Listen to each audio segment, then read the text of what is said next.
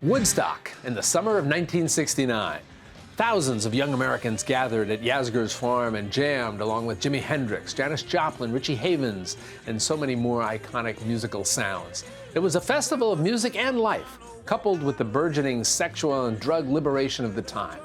As 13 celebrates the summer of '69, let's take a look at Woodstock myths versus Woodstock realities. And joining us now to go along on this trip and to discuss how Woodstock marked the end of an era for the entire country and the beginning of a new one of our favorite guests, Professor Robert Thompson, the founding director, among other things, the founding director of the Bleier Center for Television and Popular Culture at Syracuse University. It's always a pleasure to have you here with us to talk about all of these things. Let me start with, what was the lure? I mean, obviously the music was attractive, but what was it? What was the inspiration that brought so many people to this place?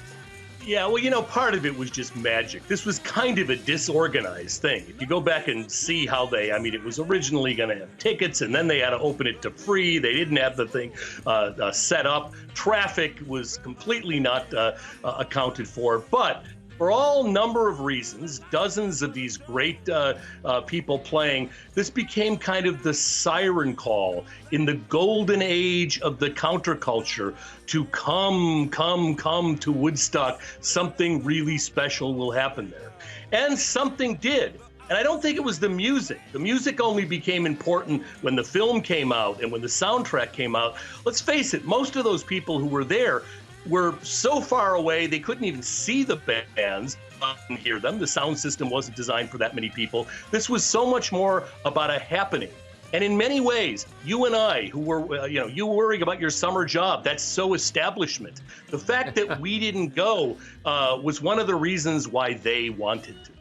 Let's talk about some of those myths versus realities. All right. So the first one you touched on, the notion of the music, fabulous music, legendary performers, but not that many people actually got to hear them. In so many ways, that so many more people showed up than was expected. Most people were way far back. And let's remember, this is before they had the big video screens. So you were all you had to do is look yonder at those tiny things that may or may not be the people performing. So the music was important. That was why they were there. That's what brought them there. But once they got there, it was about all of this other stuff. So a couple of interesting things. One is, you mentioned the fact that this is one of those events that so many more people say, oh yeah, I was at Woodstock. And you want to look at them and say, no, you weren't. You weren't. But beyond that, so we talked about music.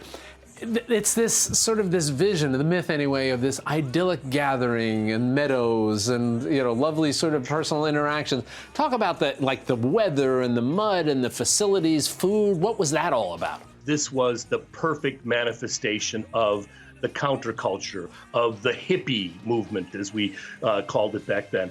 I mean, you're right. This was back to the garden. It was a dairy farm, for heaven's sakes.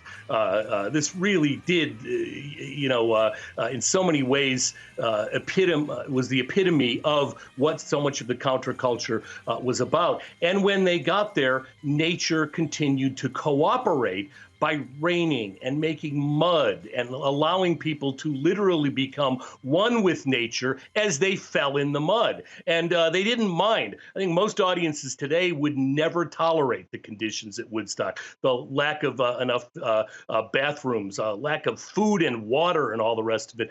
But somehow that back to the garden thing really worked. Well, as we said, it was a fascinating moment in time that captured so much of what was going on in our culture and our society back then. And it's when we have you on here, it always illustrates to me why you're such an extraordinary teacher, because we learn so much from you in our conversations. Professor Robert Thompson. So well, it's always our pleasure to have you here with us and to share some of your thoughts. We'll look forward to our next conversation. Thanks again for joining us, and you be well.